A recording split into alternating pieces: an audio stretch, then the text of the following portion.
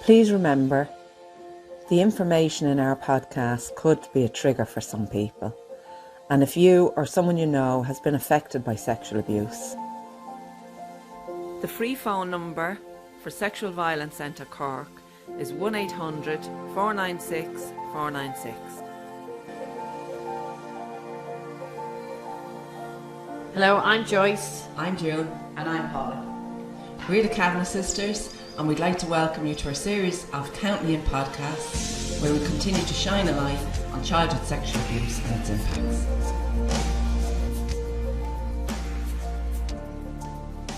In today's podcast, we'll be talking to Mary Crilly, founder and director of Sexual Violence Centre Cork, a non-profit community organisation that was opened on International Women's Day in 1983 and has been providing services to victims of sexual violence for over 33 years.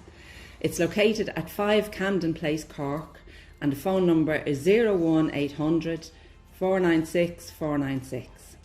Mary is a member of the Irish National Observatory on Violence Against Women. She holds an MA in Women's Studies and a diploma in the Psychology of Criminal Behaviour. In 2000, she established OSS Cork, Domestic Violence Information Resource Centre, an NGO dedicated to providing support to victims of domestic violence. She is the author of Violence in Ireland, The Criminal Justice System, A Guide for Victims. She was the first in Cork to introduce counselling and support to women, men and teenagers who have experienced sexual violence or child sexual abuse. In 2019, University College Cork presented Mary with the inaugural Equality Award for her role in promoting equality, diversity and inclusion, with a focus on her work as director of the Centre of Sexual Violence.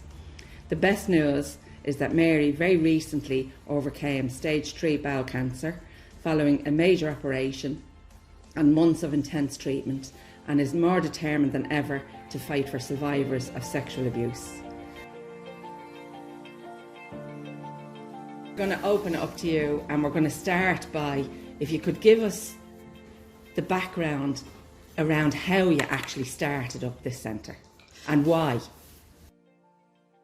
It was really a fluke that I got involved in it. Like when you mentioned the degrees I got in the college I only went to college for the first time when I was 50.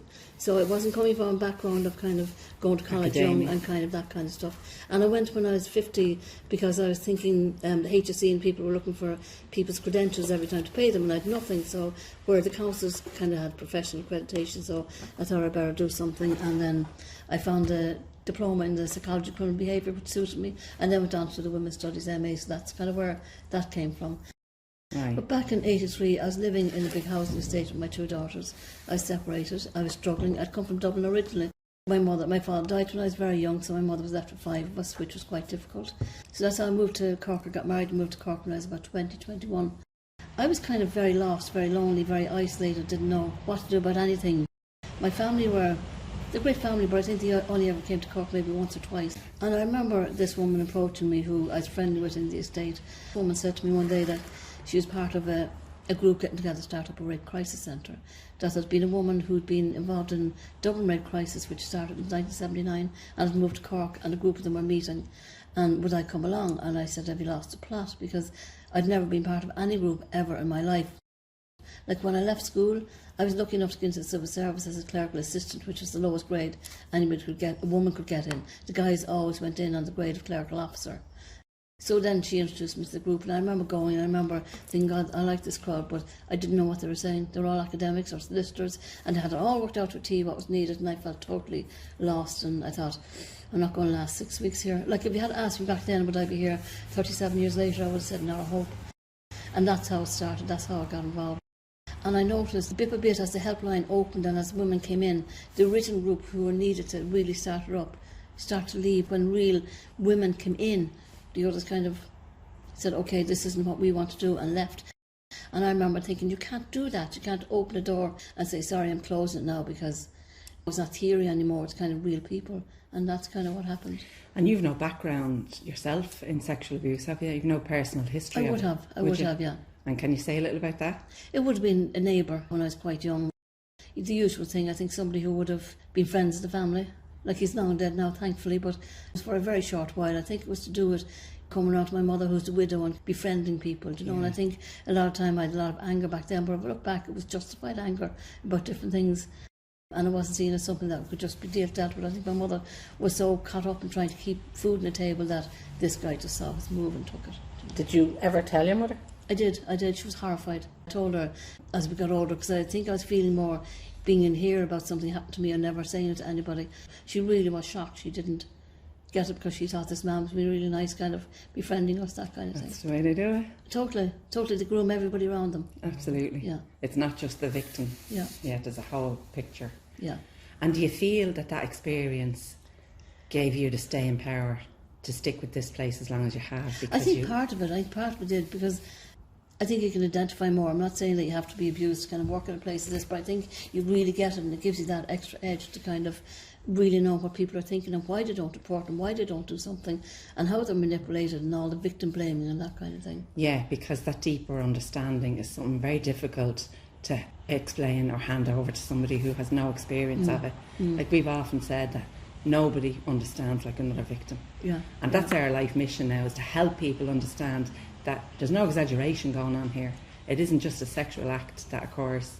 It's a whole annihilation of a human being, of course. It is. But it is. we have to help them to understand that that's not a woman overemphasising. And I think to help women to understand like that, okay, you've got so much counselling, doesn't mean you're not going to get some kind of memory in a year later, or you're going to remember everything again and think, God, has that changed? Like, some counsellors feel once you've gone through this or spoken about this, that's it. It's not, that's it. Yes. I think it reduces the intensity. Yeah. I mean, that's my hope for counselling, that when people leave here, the intensity of what they're dealing with is massively reduced and their life is kind of a bit better. The benefits of going to counselling for a lot of people is that feeling that you're not alone, you're not going mad. And I think what counselling does is it's that first step to going, it's actually okay to have a peek in there and see what's going on for me. Absolutely. So if that's all counselling ever does, then it's worth it. And I think people want to go to a counsellor who isn't afraid to hear what they have to say. Yeah. Who, you know, I kind of find with some counsellors, their clients will kind of say that they went somewhere before, but they end up minding the counsellor. Yeah. You know, kind of. The wrong facial expression when you tell somebody something, when you're a victim, especially if it's a counsellor, can absolutely destroy your life. Yeah. Because if she sits there looking horrified and shocked, she's horrified and sickened by you, not by what you're telling her. Yeah. I think they need to know when somebody comes into a rape crisis centre, like to go to an addiction centre to deal with addiction, to go somewhere else to deal with something. When they come into a rape crisis centre, I think they want somebody who's quite strong, who's quite there, who's their feet on the ground, who's able to kind of work it through with them, not who's going to be, God, you poor thing. You know, I think that's why in the centre here we're quite proactive. Like, we have two aims, and the first one would be basically to raise awareness, to educate, and then the second is the counselling. I know with other organisations the second comes first, but we are adamant that the other has to come first, because only 10% of people will come into a centre. I mean, that's what all the research shows. I'm a great believer, if you don't need it, don't go. If you have a good friend, if you're not riddled with guilt and shame that the guy has put on you, well, then you might never need to go. But I think there's a lot of guilt put on survivors that if you haven't gone for counselling, you haven't recovered, you haven't taken the next step, where they mightn't have to take the next step. Now, you see, I agree with you in the fact I don't think they need to go to counselling to get that, but there's absolutely no way, if you're a victim of this crime, that if you're not willing to go back in and look at what happened and how you changed as a result of that happening, then I don't think you're ever going to fully recover. Totally. Like, I suppose what I find in here, the shame and the guilt that's been riddled with, if you have somebody to help you kind of work through that. Yeah. I just hate seeing people who kind of come in and they're so guilty because their life has been so good. Yeah, you don't want to see them turning up just out of guilt, but whatever gets them in the door, I suppose. Totally. Yeah, and we personally felt that counselling put us on the ladder. It didn't bring us to heaven. Look at things, we're still constantly looking. Issues still arise for us. We're doing podcasts all the time, and the conversation we have might seem real light, but it gets us to think, oh God, like, geez, there's another thing we have to look at. It does not mean you're in total misery. Yeah. It just means there's another issue. I can look at that and then be set free from it. The thoughts are one thing, it's the condition they leave behind that you're living with.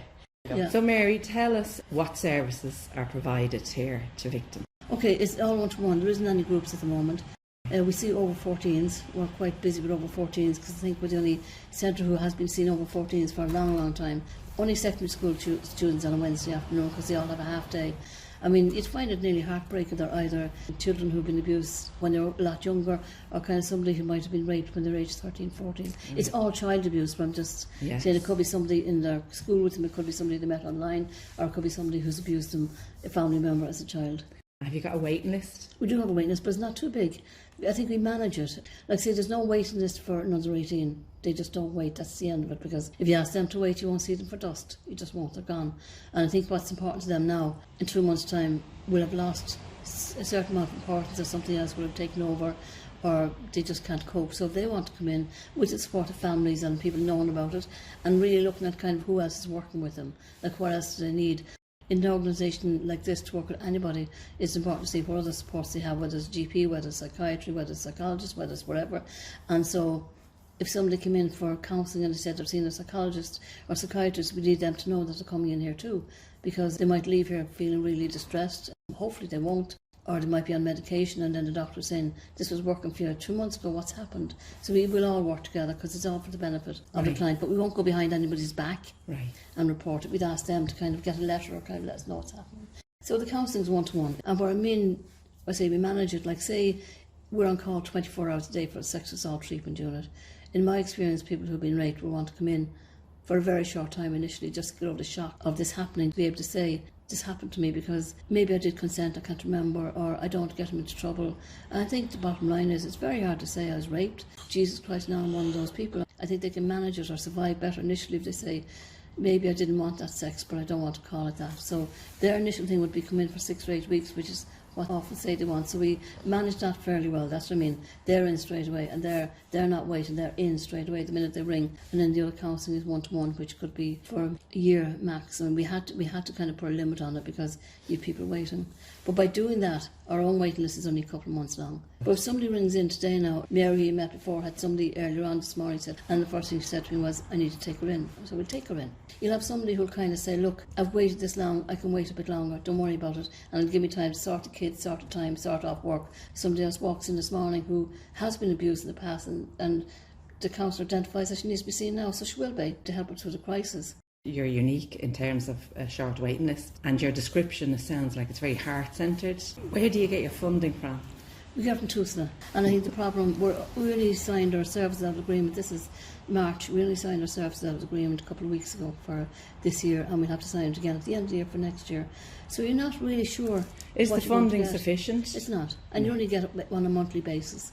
Right. And we have to give reports in every quarter. You give in your accounts every 12 weeks. Can you imagine trying to do everything else? And your activity figures, which is who came in, how many times they come in, stuff. You need a full-time person who's just doing that, which we don't have. Yeah, and they don't fund that either. No, because what we do is we spend our funding on counsellors. We have very little admin. We have somebody in this year for the first time doing some admin just to catch up on policies and procedures, but we only have her on a fixed contract, because we're always determined that any money that was here is going to go into council. Like even if you see the stuff we do in education and training and awareness and social media, we don't have anybody else to do that. No.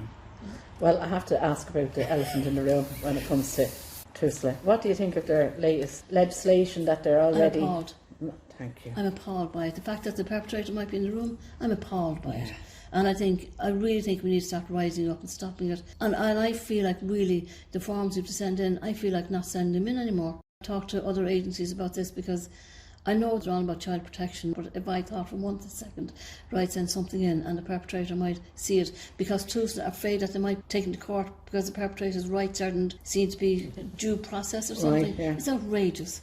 It's outrageous. Well, it's sad to think that's what's driving them. It is what's driving them. Yeah, that's how it came to be. But they're not even embarrassed to say that. But it gets me when people say TUSLA or the health board, it's somebody in there who's making that decision. Yeah. Talking to other organisations, some of them, because of that legislation and because of their new policy guidelines, have actually changed their own policy and guidelines. So because they have to send in reports from clients, they're very vague. And also they don't encourage or force the victim to actually give names. Yeah, well, we don't either. Sometimes ours, I think, are shorter than anybody's. It's like even the notes that counsellors keep, it's like 4 lines. That's all they can keep anymore. They can't keep pages anymore, because I'm sick and tired of counsellors kind of saying, we need to do something about court, we need to do something about the notes being asked for. You need to do something about what the counsellors are writing. Yeah. Like, why do they need to see somebody and then write pages of stuff? Why do they need that? I mean, you can have process notes, and then you can have notes, client notes. The person who's going to suffer is the woman or the man going to court, and all these things are produced up there, and the other side will have a ball. Yeah. So we keep looking at things, I think, the wrong way. You blame the court and say They shouldn't be asking for them. I blame the counsellors for writing these pages of things. And counsellors have gone on to me, even recently one who's a private counsellor who knows her notes if they get up, if she sends them all up and destroys somebody. And I've pleaded with her not to send them all up. So we've kind of got round that in a way. It's about being victim-centred. It's not about what goes on after that. And it's about what are you doing that's the best for them. And my fear with TUSA is even if we write 3 things, they could still interview the woman, find out who the guy is and bring him in anyway.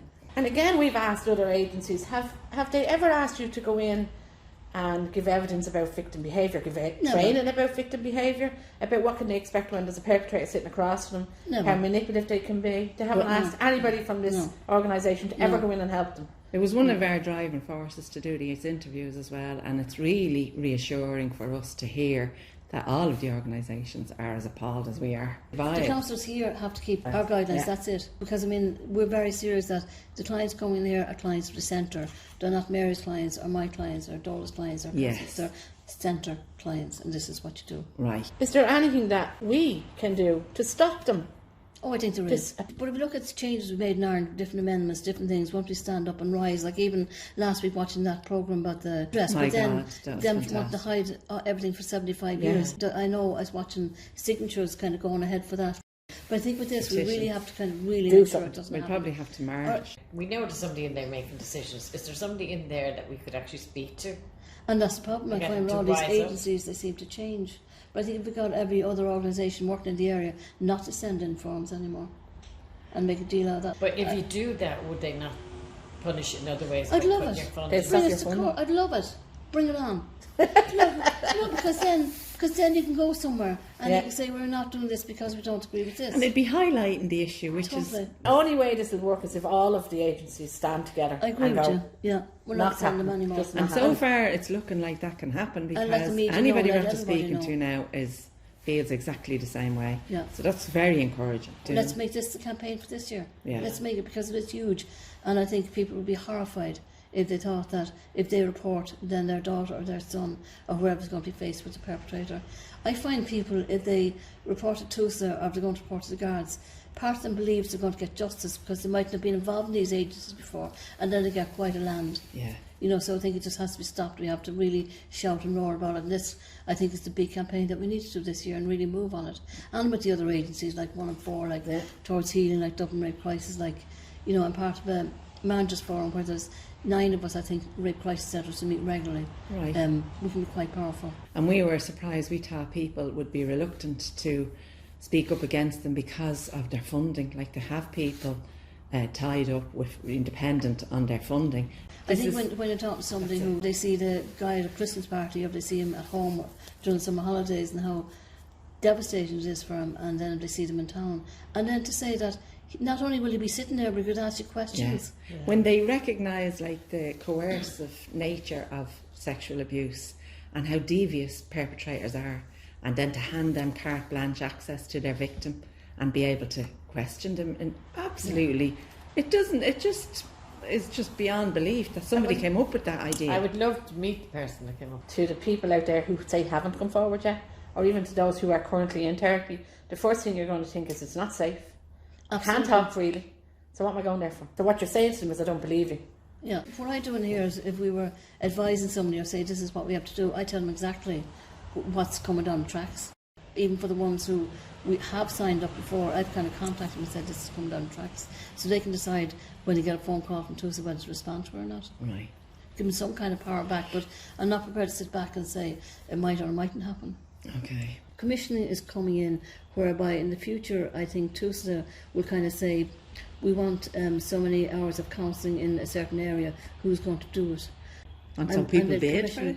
There would be. I mean, if you think about there's huge big counselling organisations who work together, or people who work together in the counselling group, and they might say, look, we can provide 1,800 counselling hours for 250,000. We might say, well, we couldn't do it for less than 500 because we do other kind of backup and stuff, and they're going to go for the lesser amount. That's what I see happening. There's an organisation in TUSA, Domestic and Sexual Violence, who we're dealing with, and that was a separate unit. There was about 12 or 14 people working in it. They're all now under the umbrella of commissioning. So commissioning is happening.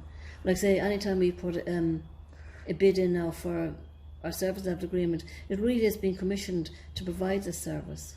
Like I say, at the moment So they're going to be doing what other government agents are, is they're putting everything out to tender. that's what's going to happen.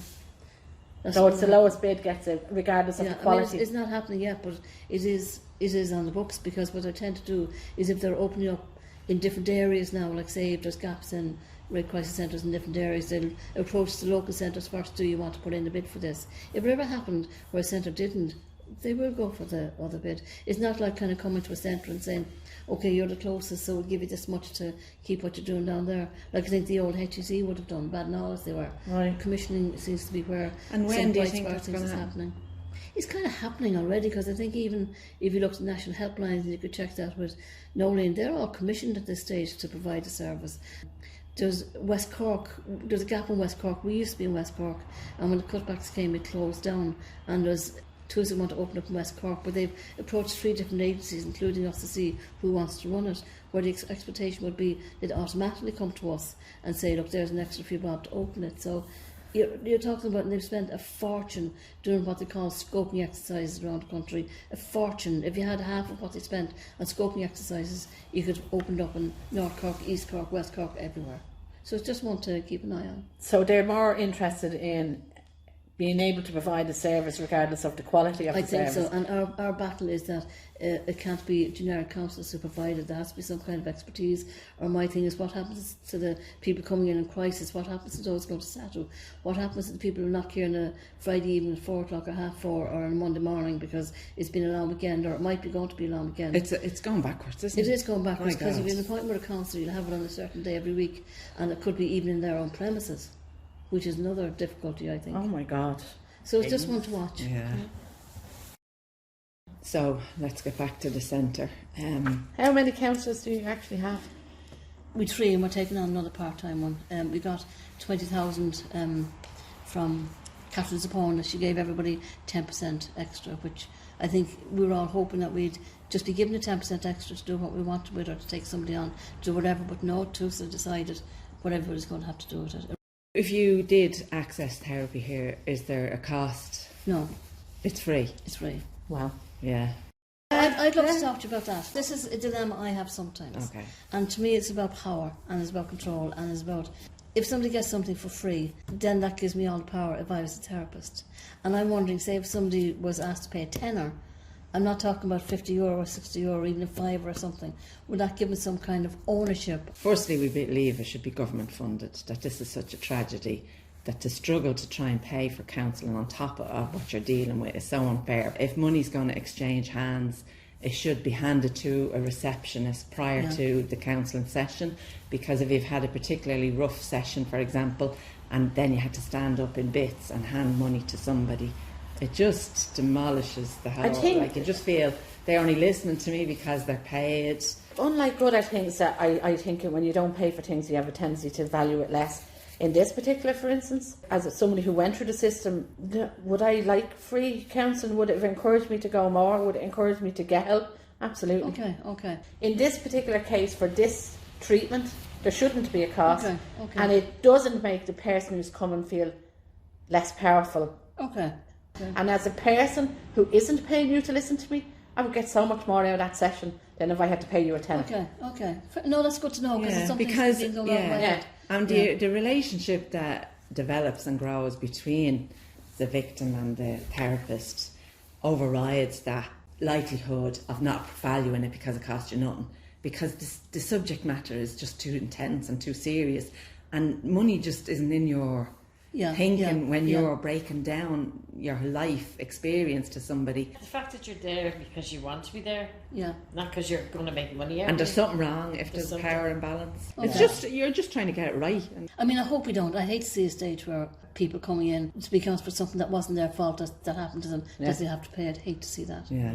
People coming in who realise and say that they've had a really great therapist, and they're right in the middle of something, and the counselling stopped because they couldn't afford it, and it's like, oh my God. Cork is very lucky to have you, honey. Oh my God. I'll tell you And that. that's a sad reality of going for help. Yeah.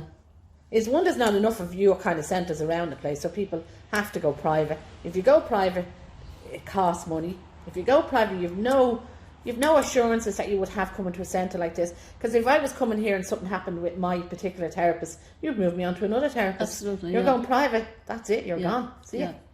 And it was full backup centre of.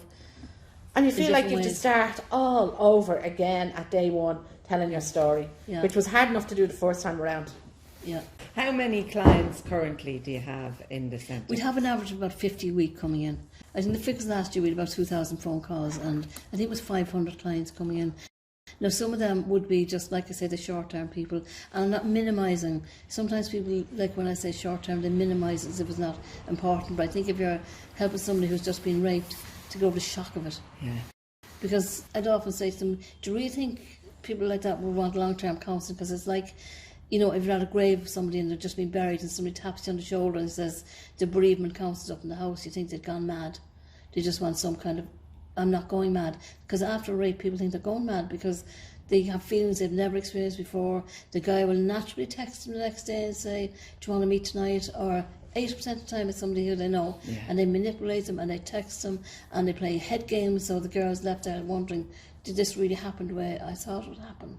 Does this really happen? Because he'll act as if totally normal. And he will be texting her the next day just checking has she done anything or has she not done anything. They fascinate me, the perpetrators fascinate me who rape because they do it so close to home. Like you'd have somebody in who said she was raped by her best friend's husband. Right. You know, somebody's raped by her brother's friend who's always in the house. And they do it so close. It's scary that they're arrogant and feel that entitled. Yeah. And they know they can do it so close and nothing will happen to them. They're not going 50 miles up the road where they're not known. They're doing it. Like child sexual abuse, they're doing it there. Yeah. They make so many excuses for these guys that are doing it.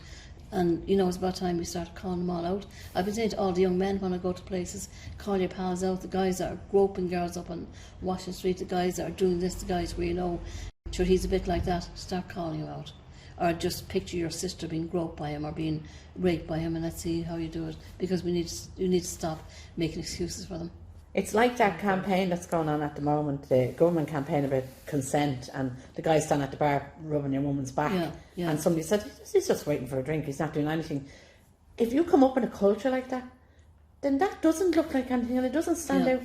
And until people go in and say, hang on, that's not appropriate, Exactly. that people will even think twice and go, actually, that might not be the right thing to do. And then if you complain, you're told you're being, you know, she's only a bit of fun, like, what's wrong with you? You were saying there was a year maximum time limit on counselling. It can be extended, but we try and keep it to that, depending on the waiting list. But the supervision we do in here, we have somebody who doesn't work in the centre, and she comes in twice a month, and then we kind of meet every Tuesday afternoon, one way or the other.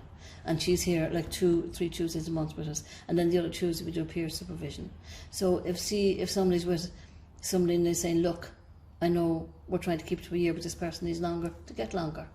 It's not like, you know, tick, your 40 or 52 weeks is up, out you go. It is kind of looking at kind of what we can do within that time. And if it's not enough, well then it's not enough.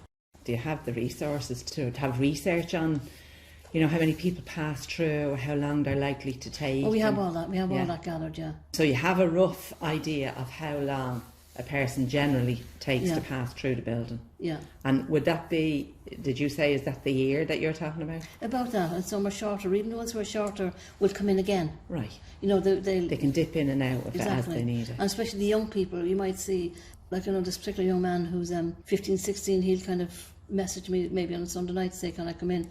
And then you mightn't see him for weeks. But I'm also in touch with his parents to say he's been in touch. Right. The majority of your clients are literally rape victims. It's about 50-50. About 50% With rape historic? and 50% historic. Right. But the ones who are historic, do you find they're coming forward earlier? Yeah, younger? I do.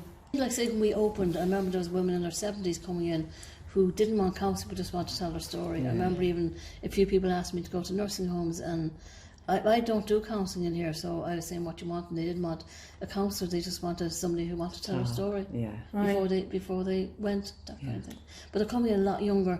I think we have such visibility in Cork, like, say, yesterday and the day before I was out in UCC, all day yesterday and all day the day before, and we're out in all third level colleges and we're out kind of shouting, and we bring them all in. Like, the kids love coming in here. This is like, yes, there's about 40 young people in here, but it was like, as far as they were concerned, it was their place. But it means that something is happening right, that if you're getting them in younger, They have their life ahead of them. Yeah. You know? Yeah, we didn't even know it was wrong. 10 years ago. No. We didn't know what was happening. We didn't know if it was right or wrong. And we didn't know we could we'd anybody we could turn to. And so there's nobody there to tell you this shouldn't be happening, you did nothing wrong. None of that. We had no information about sex. Like, that's all changing. But we do have to be careful. Coming up the line is the internet, the sex education some young people are getting from there, and how unrealistic that is in relation to actually real sex and real relationships. Because I spoke at the Rahama conference last week, I was supposed to talk about, the connection between sexual violence and pornography. And in schools, I'd see young ones kind of saying to me, they catch you kind of at the side and say, my boyfriend wants me to have sex with him, but he says I have to do it from behind. Tried it, and it's very painful for her, but she doesn't know that's not. No, you don't have to do that. You don't have to do that. Yeah. Maybe that's what he wants, but no. Forget it. And you see, it's that kind of message that needs to be normalised. As in, those conversations have to be normal conversations that happen in our communities, with our kids, sitting around the dinner table, in our programmes. So that just becomes normal, that girl wouldn't be sitting there in a dilemma about, is that right or wrong?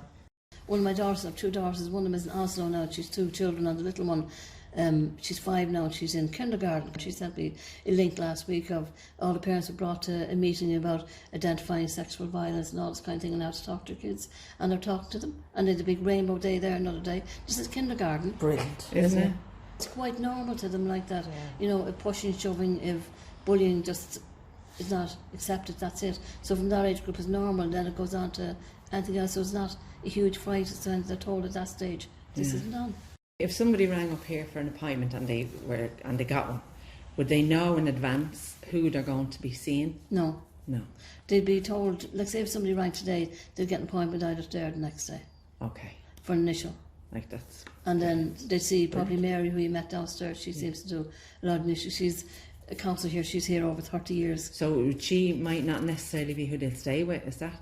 Not necessarily. Right. So that's the initial assessment. Yeah, and they'd be told at the time. It might be me or it might be one of the others, but then usually once they get someone, that's it. It rarely changes after that. And has any of them ever asked to switch counsellors, any therapists? Once a long time ago, and we did switch. Yeah. And I think it was just a personality thing that's or something. Right. That's going to happen. I think when you treat it like as if, I don't like everybody doesn't like me. I know as therapists I would have gone to in the past, and some I found great, some I found awful. I think we treat it as black and white as that. But I do take it seriously if somebody says, I want to change, I do want to know, is it something we're doing or not doing? Because if I don't, then they're not free to kind of keep going as they are here, do you know? Yeah. Now, if money wasn't an object here, what would you like to do with the centre? Work with teenage girls. Yeah. I mean, I do a lot of stuff to schools, and one of my big things is the young social innovators. We have schools kind of went to the Young Social Innovators competition. Also credible.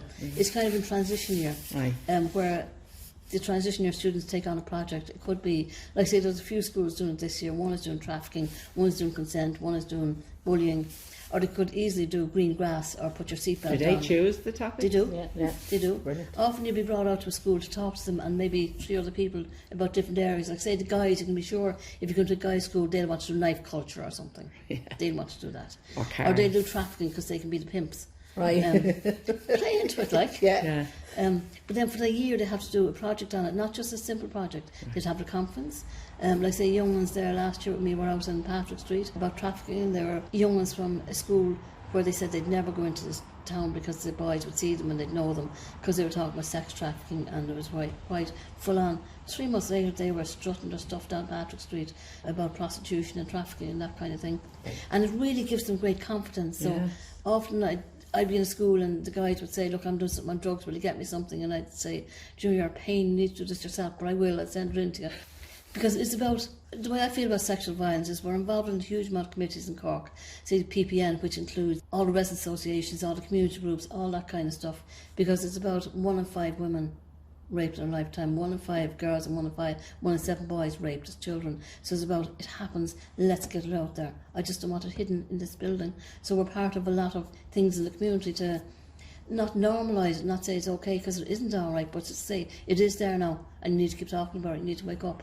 It is there. Yeah. So it's the same with schools, but with the YSI, in a few weeks now, next week on the 25th, there'll be a big speak out in the City Hall. They have it in Dublin as well, where all these projects have 3 minutes to talk about the project, and then they get into a competition to go to Dublin to win. It was Sister Stan who would have started this years ago. It's incredible, because like one of the first things they do would be the whole school has to be know about whatever project they're working on. They have to go into every class and train them, and they have to go into different schools, and they have to get online. They have to do a huge amount of work.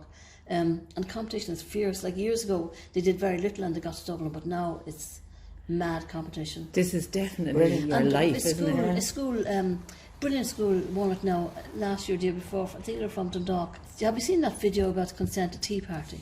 Yeah. You know, kind of. Oh yeah, how do you like your tea? Okay. Kind of, yeah. And you know, you wouldn't shove it down somebody's throat. Yeah. Okay, they took that and put it in a swimming pool, where, you know, the young man's voice who was in school was speaking about, okay, last week she came with you and she got in the deep end.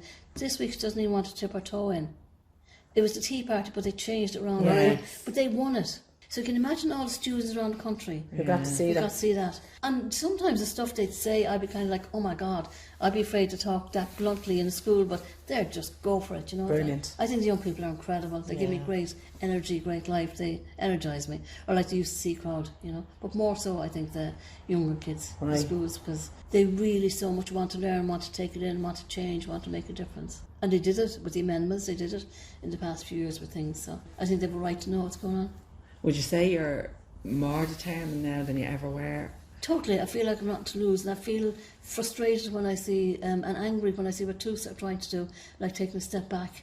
And we're very much part of the Turn Off the Red Light campaign and the campaign with Rachel Moore. And when I see that campaign dwindling or legislation being reviewed again, I've never known in my life legislation to be reviewed again. The other side would come across as kind of, sure, it's great fun and sure, isn't it great having 17 men raping you a day and we're in total control and all this rubbish that I wouldn't even listen to, because I mean, who's going to get involved in it? They say the majority are European, Eastern European or African or Brazilian. Like, we've seen 8 women in here who've been trafficked, and they were brought from brothels. They were rescued from brothels. Their stories is like, counselling you just even wouldn't go there with them. What we do with them is kind of, if they're in direct provision, as soon as they leave, we find them somewhere to live. We don't just say, God, it's going to be very hard. We physically get up off our arses and go out and look for places. Like, 2 of them, we started up in businesses, and one was knitting, one was an online thing. Somebody else went to college. Like, I mean, the third PLC, they still come in and out a bit, and their life are horror stories. Again, it all boils down to the lack of education and understanding that anybody who goes into prostitution, even if somebody thinks they're going in out of choice, grooming is done right on a young girl,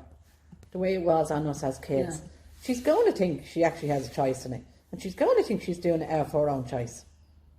Or she's going to have to make herself believe it to be able to do it. To be able to do it. Yeah. Yeah, absolutely. I just find infuriating that the option for young girls, that if you're young, even if you're not so young, that's what you can do. Yeah. It's horrific. You should be on Tommy Turner. Like, I watched that programme where you had that woman on it that was the prostitute, was going in and how to pay their rent and all this, and I was thinking, oh my God, you need a balance here. Yeah. She's not representing. No, she glamorised it, because I was speaking in UCC now on Saturday, and she was on after me. You know, because this is what kills me, say, about some academic students where they might call themselves a feminist but still are on her side. I can't see how you could be a feminist and say it's okay to abuse women. And I'm sorry, if she's making €300 an hour. But like, without knowing anything, if a man hands over €300 to spend an hour with me, I'd love to think like they're all Prince Charmings and they're wonderful gentlemen. Clean. You know, but you can only imagine the rights they think that entitles them to after handing over that kind of money. And I don't care what spin you put on that. That is not. No. That is not okay. No, but did you hear her? Yeah, I did. She sounded very convincing. Oh, I know, and that's the tragedy of that it. And the very next day I saw an article on Facebook saying that college students are turning to prostitution to pay their exorbitant rents. You know, their student fees. Yeah, their student fees. But if you tell a young person who, say, has our type of background, so you're already ripe for picking for pimps or for whatever, right? You're already out there and you're ready to be picked up and you don't even know any better. But if you tell that person then who has no life, no money, no education, and that feeling of hopelessness, and then say to them, come and work in this field. Absolutely. You can be earning 300 an hour. Yeah. You can make your own hours, come and go as you please, have your own apartment, be able to pay for anything you need. Like, who isn't going to jump at that when you're already coming from a damaged... Absolutely, yeah. I mean, that's poverty, absolutely. So, you know, I really do sympathise with the work Rachel Maureen is doing at the moment, because I feel she's got as much a battle on her hands as we have. It's the same thing. It is. You know, and I just feel, you know, the struggle to help people understand and view it from the perspective of the person that it's happening to, instead of, you know, sitting objectively going, sure, it's no harm. Yeah, it's a pretty woman. It's only sex. People don't understand sexual abuse because they think it's sex, and it's not. Yeah. And it's no harm, and sure, especially if a young woman who's sexually active gets raped, as I keep hearing it, sure, I mean... Sure, it's only another one. Yeah, exactly. And the reality is, I think there's very few women allowed to work on their own. I mean, the pimps aren't going to kind of say, off you go, like, sure, you want to do your own money, sure, I'll leave you be, and I'll just take money off the other four. That's not going to happen. I know. And that's been shown in Germany and Amsterdam and different places where they legalised it. And that was a very important point, where when they decriminalise, if they manage to decriminalise prostitution in its entirety, they're handing carte blanche over to the pimps. Totally. And nobody's mentioning that at all. Yeah. They're kind of going, oh, well, isn't it for the prostitutes' own good? But you see, not enough of the other messages going out there, not enough of the balance is going out there. Yeah. And that's why that legislation gets slipped through under the table, because even good, right-minded people who don't know any better are thinking, look, it should be safer. Yeah. And it's going to happen anyway, so, you know, at least let them do it But without they're getting usually arrested. conned by somebody that does know, you know, exactly what decriminalisation means. And there's huge money, like this. That's- 40 billion in it, that's the whole thing. I mean, don't they say drugs, guns and prostitution are the biggest earners, and now it's prostitution is the biggest. Yeah, because you were saying you use the drugs Yeah. once and they're gone. Yeah. It's Prostitute. all about money. Yeah. And I mean, you know, with the trafficking campaign, we have this big one in Cork Against Human Trafficking, a campaign we started last July, and we have the guards in it, we have free legal aid is in it, City Hall is in it, NAS Cork, where immigrants are in it, Sanctuary Cork, because Cork is a city of sanctuaries in it, and a number of other organisations, but there's only people who run these organisations are allowed to come to the meetings, because they didn't want it to get dissolved. And I'm not taking away from what people do in organisations, but there's no point in having somebody say, I'll go back and talk to my boss. I think since July we've really made an impact in Cork about human trafficking and, you know, prostitution, and we're also going to extend it now to labour trafficking, because there's so many young girls trafficked into nail bars, so many young guys trafficked into other kind of farming or fisheries and that kind of. So do you have somebody in charge of your webpage? And Well, Dora, who you met a while ago, we have this lovely young woman who helps us design things. Ellie, she does it kind of on the side, but we do the social media ourselves here. We don't have anybody who does it. And I think with social media, it's like what you do. It depends on the voice. Yeah. You know, you kind of want to bring people along with you. You want to kind of say, look, what do you think of this, or this is happening, or look, I need to keep learning all the time. Like even, you know, when we started the human trafficking thing, or when I didn't really know what was going on, so I have to kind of get people around me who know it, and even with this committee with, you know, legal aid or the guards or City Hall or people like that, inform them about it. I don't think we'll change that unless we can just get together and do it together. Like, you know, like I think we need to get together with the Tusa thing before they have perpetrators interviewing their victims. Yeah. We can't do it on our own. I think that's... we can't allow that to happen. No. We just can't. But it is about how do you penetrate an organisation that up to now has no accountability and will never be held to account. So we need to find out how to get in there and make somebody accountable, because then they'll start listening and then they'll start looking for help. Yeah, because it's not the only thing they're doing wrong. So nothing gets done properly. It's not only that, it's they wouldn't have the knowledge or the information. Yeah. Like, these are like intellectuals trying to know what's going on the ground. I could have a solicitor kind of coming along saying, okay, these guys are going to take a court case, so you better do ABC. Yeah. It could be as black and white as that. So Yeah. it doesn't matter who these people there's are. no who they've been thinking. interviewed. It's like court cases. I Yeah. mean, I find over the past 37 years the guards have changed hugely, and how they are and how they are with people has really changed. You go into the court, you're back. You're just way back there. Nothing has changed. And that's one of our pet hates as well, is the judges. But the arrogance of them to assume they don't need to be trained and they think they know everything. Yeah. And now somebody said to us they might be receiving private training somewhere, but it's the juries who are finding people not guilty. Oh, I know, but they're but juries also, don't know. And my whole argument has always been all along here, why isn't an expert called in on all of the cases, regardless of That's my who it argument is, And you to see, as sit a there and judge- say, this is normal victim behaviour, this is why that Like woman won't be totally able to rigid. tell you that And you story. see, if a judge was educated on this topic, he could call in an expert witness to speak, and he can also advise the jury. Like, he has a role to play in it. You can understand a jury finding somebody guilty if they don't understand you're saying he raped you and then you went to his fucking wedding, like, what's that about? Like, they wouldn't understand that a victim wouldn't know any different. I get you. If they understood that victims think like this, act like this, and this is the reason for it, and perpetrators think, act, and do this for this reason. Yeah. If they knew that much, at least then they could actually come up with something. We're definitely on the same page there, because I've been thinking for years that local juries were taken out of the room when they're told to pick their chairperson, that then there was somebody in there giving them the myths, giving them all the stuff before the case started, so they wouldn't be told, well, you're interfering with the case, or just told myths. Because you see it in court, you see where a barrister will say, she didn't say it for 2 weeks, that's very unusual. And then the next time you're in the court, he's on your side, and he's saying to the jury, it's very common now not to report. Yes. So Mary, is there anything that we haven't mentioned that you'd like to highlight? It was my thing that really gets to me, like, is the victim blaming. And everywhere I go, that's my big thing. I just can't bear it. Like, you can see, you know, say with sexual assault in adulthood, I'd see men maybe in their 50s who are raped, or I see elderly women who've been raped, and I see society's response is that this is wrong, it's appalling, and they see it really clearly, really sharp. This is so wrong, this guy had no right to do this. But then when a young girl gets raped, it's a grey area, and that does my head in, because you have the same attitude, the same mentality, the same sense of entitlement. So why, when it's a young girl, all of a sudden is it her fault? And that's a young life that's been destroyed. That's a young life who not only is being blamed, but she's blaming herself. So we need to keep talking, really keep the conversation going. Problem with consent is a bit like the rough sex, where they say women are dying from rough sex. They're not, they're dying from violence. The guys who are raping don't want consent. I see it starting to come up where they're kind of saying, well, are you sure he had consent? So the victim needs to prove that he had. But with consent classes, we're emphasising that by saying it's ludicrous to go to a university. Ludicrous. And to assume that men, because they are all men, don't know what consent means. They do know what consent means. They know precisely what it means. And the men who are raping don't want consent. And I think consent classes, young women have said, it helps them where they're in great relationships, but the guy wants sex every night, and they're saying, I know now, I don't have to do that every night, or I don't have to do it a certain way.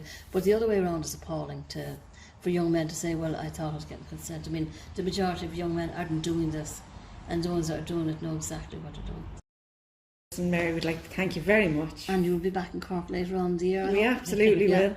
But an absolute pleasure. Brilliant to have you here. Cork are lucky to have you, because I can tell by all of the resources and all of the services that you provide here in the centre, it's all driven from your heart and your belief in what's right and wrong here. And if there wasn't somebody like that at the helm, you just get same old. And so I'm absolutely proud and honoured to know that you're working here. I'm delighted to have spoken to you.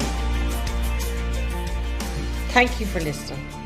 Hopefully some of the information we've shared will resonate with you and bring you to a place where you can have compassion for yourself. Please know that no matter how you feel or how you respond to the abuse, it was normal. We're hopeful and optimistic that those in a position of power to bring about change will be moved into action, so we can finally eradicate childhood sexual abuse. So please spread the word and share the information.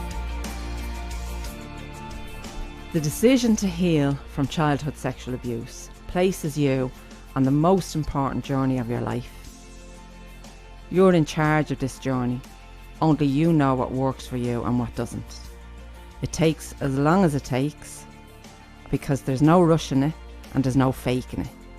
You have to feel it. And just as the ripple of pain that you're in goes out and impacts all of those around you, so does the healing. And the more you heal, the more everyone around you benefits from your healing. You've been listening to the Kavanagh Sisters podcast. You can contact us through Facebook, Twitter and Instagram, or email the kavanaghsisters@gmail.com.